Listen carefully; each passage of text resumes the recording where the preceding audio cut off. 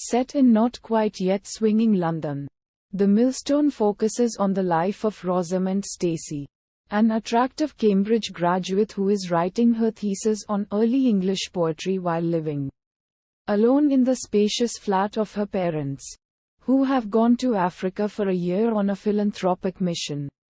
While Rosamund is convinced of both her qualities as a literary historian and her socialist, and in particular Fabian, ideals, she is rather reluctant when it comes to sex. To avoid being considered old-fashioned or priggish, she has managed to make her small but intimate circle of friends believe that she is carrying on with two men at the same time, whereas in fact she is still a virgin and only enjoys her two male friends' company. Each of the men also thinks that she is sleeping with the other one, so neither of them presses her to have sex with him. Udharan Chenne. In a pub, Rosamund meets George Matthews, a newsreader for BBC Radio, and at once feels attracted to him, although she is quite sure right from the start that he is gay.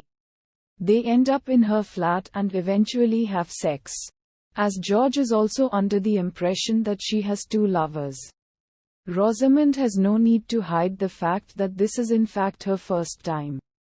Too shy to tell him that she has fallen in love with him, and now believing that he is bisexual, she lets George vanish from her life as quickly as he entered it.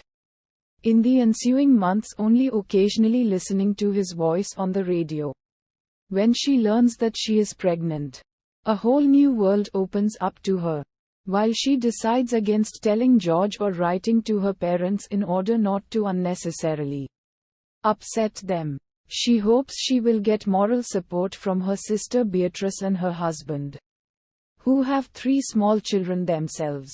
However, in a letter to her sister, Beatrice expresses her shock and disbelief and urges Rosamund either to have an abortion or to give birth to the baby and put it up for adoption immediately afterwards, and then carry on with her life and academic career as if nothing had happened.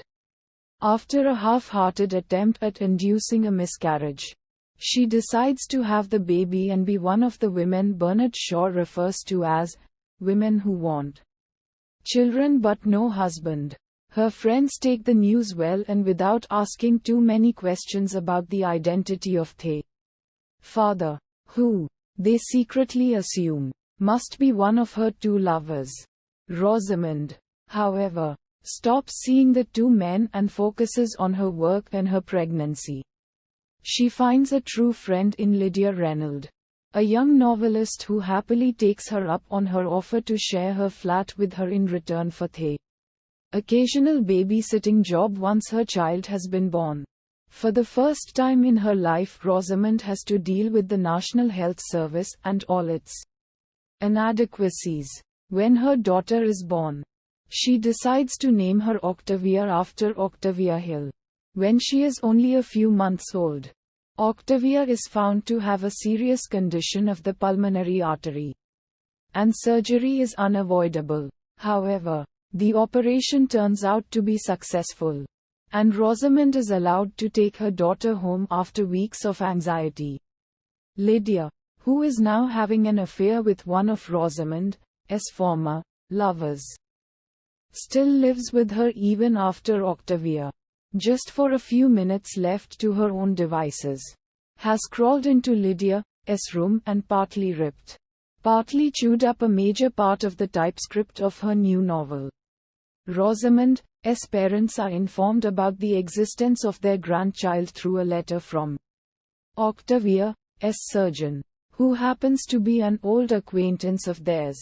But they tactfully decide not to disturb their daughter's new life and stay abroad for another year, rather than return for Christmas as planned.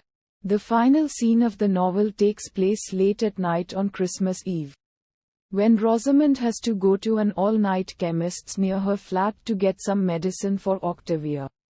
There, she has a chance meeting with George, and again invites him up to her flat. Rosamund lies about the age of Octavia, so that George will not suspect that she might be his. Reluctantly, George is persuaded to have a look at the sleeping Octavia, pronounces her a beautiful baby, and leaves again.